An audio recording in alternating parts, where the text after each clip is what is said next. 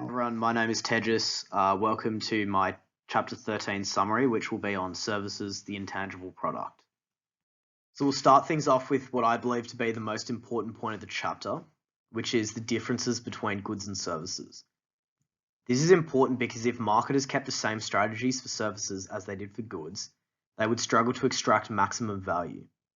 If we understand the unique characteristics of services, this will help us to adapt our marketing strategies appropriately.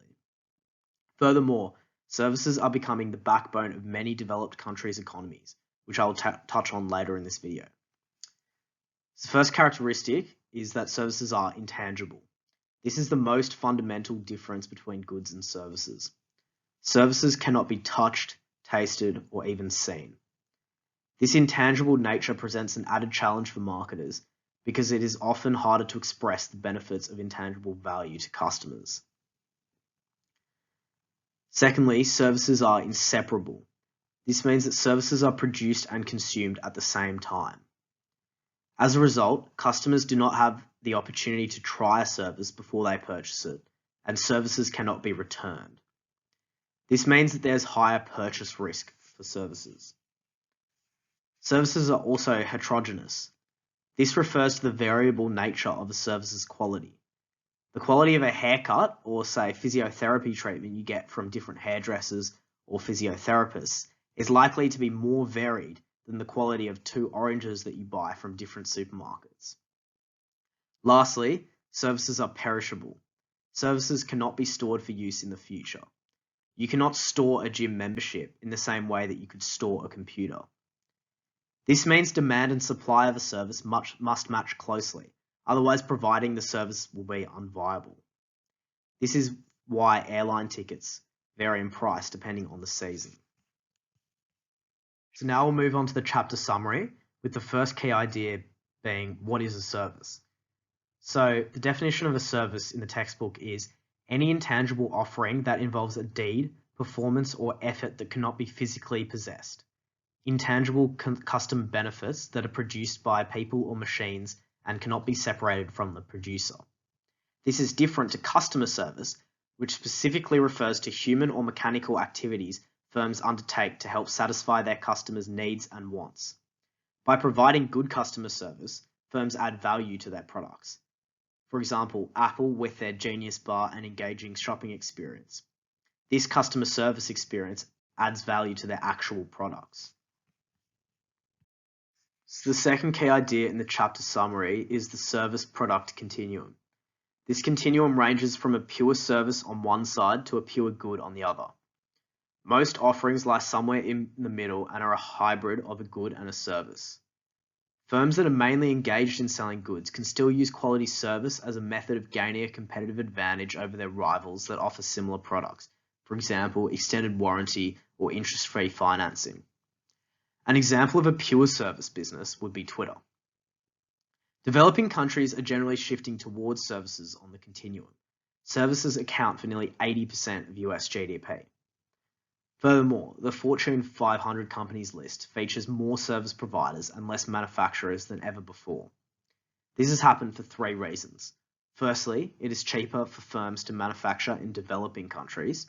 Secondly, people are placing higher value on convenience and leisure. So now often services that were once performed by households have shifted to service providers. Examples include house cleaners, gardeners, hair care, and automobile maintenance. Also, as the world has become more complicated, people demand more specialized services. For example, personal trainers, tax preparation specialists, and travel agents. The third key idea in the chapter is the service gaps model. When delivery of a service fails to meet customers' expectations, a service gap ensues. The service gap model is designed to encourage the systematic examination of all aspects of the service delivery process and prescribes the steps necessary to develop optimal service strategy. The knowledge gap refers to the difference between customers' expectations and the firm's perception of those customers' expectations.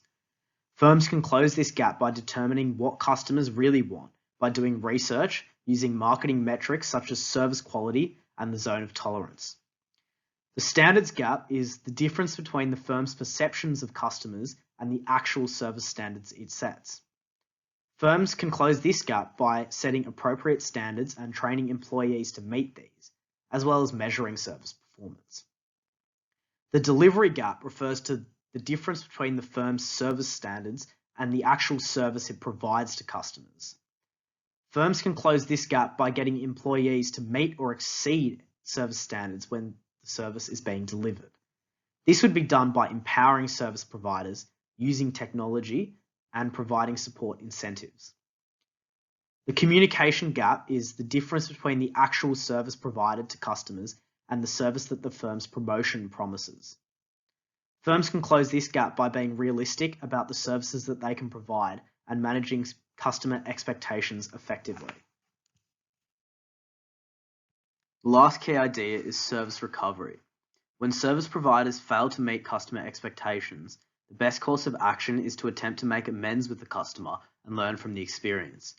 It is better to avoid failure, but when failure occurs, it provides the firm with a unique opportunity to demonstrate their excellent customer commitment.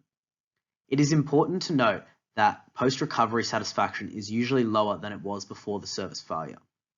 Step 1. Listen to the customer and involve them in the recovery. The customer must have the opportunity to air the complaint completely, and the firm must listen. It is important that the customer and company work together. This results in the best outcomes. Step 2. Find a fair solution. Customers typically want tangible restitution rather than a mere apology. But if this isn't possible, then it is best to assure the customer that steps have been taken to ensure the same failure will not occur again.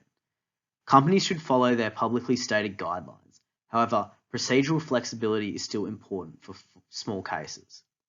Also, customers like if they are treated like others who have had the same issue. They value consistency. Step 3. Resolve problems quickly. The longer it takes to resolve a failure, the more annoyed a customer will become, and the more people they will tell about the problem. Keys to this are clear policies, adequate training for employees, as well as empowered employees who do not feel the need to resort to upper management for every complaint. So the element of the chapter that I understood the least was the service gaps model, but more specifically, why it is so important for marketers to split up the gaps in the way that they have been. And secondly, the difference between the standards gap and the delivery gap for me is sometimes hazy and hard to decipher. So yeah, I hope some of you can help me out with these misunderstandings. So the discussion question for my topic is, have you had a service recovery experience that was so positive that it increased your satisfaction in the company that committed the service failure in the first place? So obviously, as I said, post-recovery satisfaction is usually lower than it was before the service failure. So I'd be interested to hear if you guys had any examples where that wasn't the case. Anyway, that brings my presentation to an end. I hope you all got something out of it. Thank you for watching.